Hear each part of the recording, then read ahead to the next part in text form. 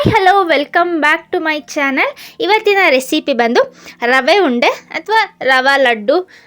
ನೋಡೋಣ ಬನ್ನಿ ಯಾವ ರೀತಿ ಮಾಡೋದು ಅಂತ. ಅದಕ್ಕೂ ಮುಂಚೆ ಯಾರೆಲ್ಲ ಚಾನಲ್ಗೆ ಸಬ್ಸ್ಕ್ರೈಬ್ ಆಗಿಲ್ವೋ ಸಬ್ಸ್ಕ್ರೈಬ್ ಮಾಡ್ಕೊಳ್ಳಿ. ಹಾಗೆ ವಿಡಿಯೋ ಇಷ್ಟ ಆದರೆ ಲೈಕ್ ಮಾಡಿ. ನೋಡೋಣ ಬನ್ನಿ. ಮೊದಲಿಗೆ ನಾನಿಲ್ಲಿ ಒಂದು ಕಡಾಯಿ ಇಟ್ಕೊಂಡಿದ್ದೀನಿ. ಅದಕ್ಕೆ ತುಪ್ಪ ಹಾಕ್ಕೊಳ್ತಾ ಇದ್ದೀನಿ. ಒಂದು 4 ಟೀ ಸ್ಪೂನಷ್ಟು ತುಪ್ಪನ ಹಾಕ್ಕೊಳ್ಳಿ. ತುಪ್ಪ ಬಿಸಿ ಆದಮೇಲೆ ಇದಕ್ಕೆ ನಾವು ಸ್ವಲ್ಪ ಡ್ರೈ ಫ್ರೂಟ್ಸ್ ಹಾಕಿ ಫ್ರೈ ಮಾಡ್ಕೊಳ್ಳೋದು. ನಾನು ಬರೀ ಗೋಡಂಬಿ ದ್ರಾಕ್ಷಿ ಮಾತ್ರ ತೊಗೊಂಡಿದ್ದೀನಿ. ನೀವು ಬೇಕಾದರೆ ಏನು ನಟ್ಸ್ ಏನಿದೆ, ಬಾದಾಮ್ ಪಿಸ್ತಾ ಏನು ಬೇಕಾದ್ರೂ ನೀವು ತೊಗೋಬೋದು. ಈ ಡ್ರೈ ಫ್ರೂಟ್ಸ್ ಹಾಕೋದ್ರಿಂದ ಯಾವುದೇ ಸ್ವೀಟಿಗಾದರೂ ಒಂದು ಎಕ್ಸ್ಟ್ರಾ ಟೇಸ್ಟ್ ಸಿಗುತ್ತೆ, ಎಕ್ಸ್ಟ್ರಾ ಫ್ಲೇವರ್ ಅಥವಾ ಎಕ್ಸ್ಟ್ರಾ ಟೇಸ್ಟ್ ಸಿಗುತ್ತೆ. ಇದನ್ನು ನಾವು ತುಪ್ಪದಲ್ಲಿ ಫ್ರೈ ಮಾಡಿಕೊಂಡು ಹಾಕ್ಕೊಳ್ಳೋಣ. ಇದು ಫ್ರೈ ಮಾಡಿ ಆದಮೇಲೆ ಒಂದು ಪ್ಲೇಟಿಗೆ ತೆಗೆದಿಟ್ಕೊಳ್ತಾ ಇದ್ದೀನಿ. ನೆಕ್ಸ್ಟ್ ಅದೇ ಏನು ತುಪ್ಪ ಉಳಿದಿದ್ದಲ್ಲ ಅದೇ ಪ್ಯಾನಿಗೆ ನಾನು ರವೆ ಹಾಕ್ಕೊಳ್ತಾ ಇದ್ದೀನಿ. ಒಂದು 2 ಕಪ್ ಆಗುವಷ್ಟು ರವೆನ ಹಾಕ್ಕೊಂಡು ಇದನ್ನು ಲೋ ಫ್ಲೇಮಲ್ಲೇ ಫ್ರೈ ಮಾಡ್ಕೊಳ್ಳಿ.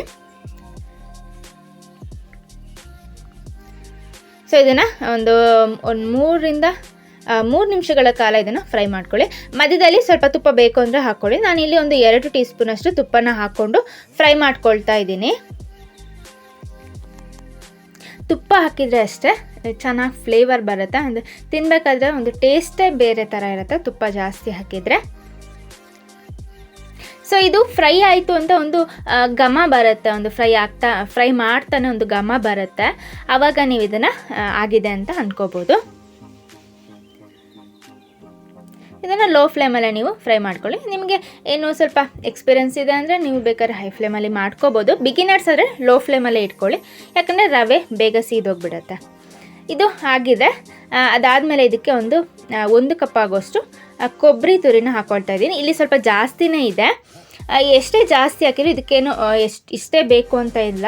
ಏನು ಕೊಬ್ಬರಿ ಜಾಸ್ತಿ ಹಾಕಿದರೆ ಟೇಸ್ಟ್ ಚೆನ್ನಾಗಿರುತ್ತೆ. ಇಲ್ಲಿ ನೀವು 1 ಕಪ್ ಹಾಕ್ಕೊಳ್ಳಿ. ಇದನ್ನು ಕೂಡ 1 ನಿಮಿಷಗಳ ಕಾಲ ಇದನ್ನು ಫ್ರೈ ಮಾಡ್ಕೊಳ್ಳಿ.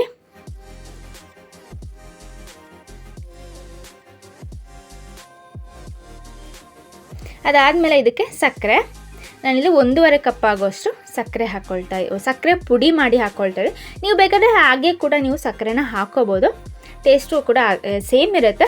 ನಾನಿಲ್ಲಿ ಸಕ್ಕರೆ ಪುಡಿ ಮಾಡಿ 1.5 ಕಪ್ ಹಾಕ್ತಾ ಇದ್ದೀನಿ. ನೀವು ಸಕ್ಕರೆ ಅಂದರೆ ಸಕ್ಕರೆನೇ ಹಾಕ್ಕೊಳ್ಳೋದಾದರೆ 1 ಕಪ್ ಆಗೋಷ್ಟು ಹಾಕಿ. ಅದಾದಮೇಲೆ ಇದಕ್ಕೆ 1 ಕಪ್ ಆಗೋಷ್ಟು ಹಾಲನ್ನು ಹಾಕಿ ಇದನ್ನು ಫ್ರೈ ಮಾಡ್ಕೊಳ್ಳಿ. ಹಾಗೆ ಡ್ರೈ ಫ್ರೂಟ್ಸ್ ಇತ್ತಲ್ಲ ಅದನ್ನು ಕೂಡ ಸೇರಿಸ್ಕೊಳ್ಳಿ. ನೆಕ್ಸ್ಟ್ ಇದನ್ನು 1 ರಿಂದ 1.5 ನಿಮಿಷಗಳ ಕಾಲ ಇದನ್ನು ನೀವು ಹಾಲು ಹಾಕಾದ್ಮೇಲೆ ನೀವು ಇದನ್ನು ಸ್ವಲ್ಪ ಪಾಕ ಬರೋ ಥರ ನೀವು ಫ್ರೈ ಮಾಡ್ಕೊಳ್ಳಿ. ನಂತರ ಸ್ವಲ್ಪ ಏಲಕ್ಕಿ ಪುಡಿ, ನಾನು ಒಂದು 2 ಏಲಕ್ಕಿನ ಜಜ್ಬಿಟ್ಟು ಹಾಕ್ಕೊಳ್ತಾ ಇದ್ದೀನಿ. ಸೊ ನೆಕ್ಸ್ಟ್ ಇಲ್ಲಿ ರೆಡಿ ಆಗಿದೆ. ಇದು ಬಿಸಿ ಇರುವಾಗಲೇ ನೀವು ಸ್ವಲ್ಪ ಹಾಲಿಗೆ ಕೈನ ಅದ್ಬಿಟ್ಟು ಇದನ್ನು ಉಂಡೆಗಳನ್ನಾಗಿ ಮಾಡ್ಕೊಳ್ಳಿ. ಸೊ ಟೇಸ್ಟ್ ತುಂಬ ಚೆನ್ನಾಗಿರುತ್ತೆ, ತುಂಬ ಈಸಿ ಕೂಡ ಮಾಡೋದು, ಯಾರು ಬೇಕಾದರೂ ಟ್ರೈ ಮಾಡ್ಬೋದು. ಸೊ ಇವತ್ತಿನ ವಿಡಿಯೋ ಇಷ್ಟ ಆಯಿತು ಅಂತ ಅಂದ್ಕೊಳ್ತೀನಿ. ನೋಡಿದ್ರಲ್ಲ ರವೆ ಉಂಡೆ ಹೇಗೆ ಮಾಡೋದು ಅಂತ. ನೀವು ಕೂಡ ಟ್ರೈ ಮಾಡೋದನ್ನು ಮರಿಬೇಡಿ. ಹಾಗೆ ವಿಡಿಯೋ ಇಷ್ಟ ಆದರೆ ಲೈಕ್ ಮಾಡೋದನ್ನು ಕೂಡ ಮರಿಬಾರ್ದು. ನೋಡಿದ್ರಲ್ಲ ಅಷ್ಟು ಇದರಲ್ಲಿ ನನಗೆ ಒಂದು 12 ರಿಂದ 13 ರವೆ ಉಂಡೆಗಳು ಸಿಕ್ಕಿದೆ.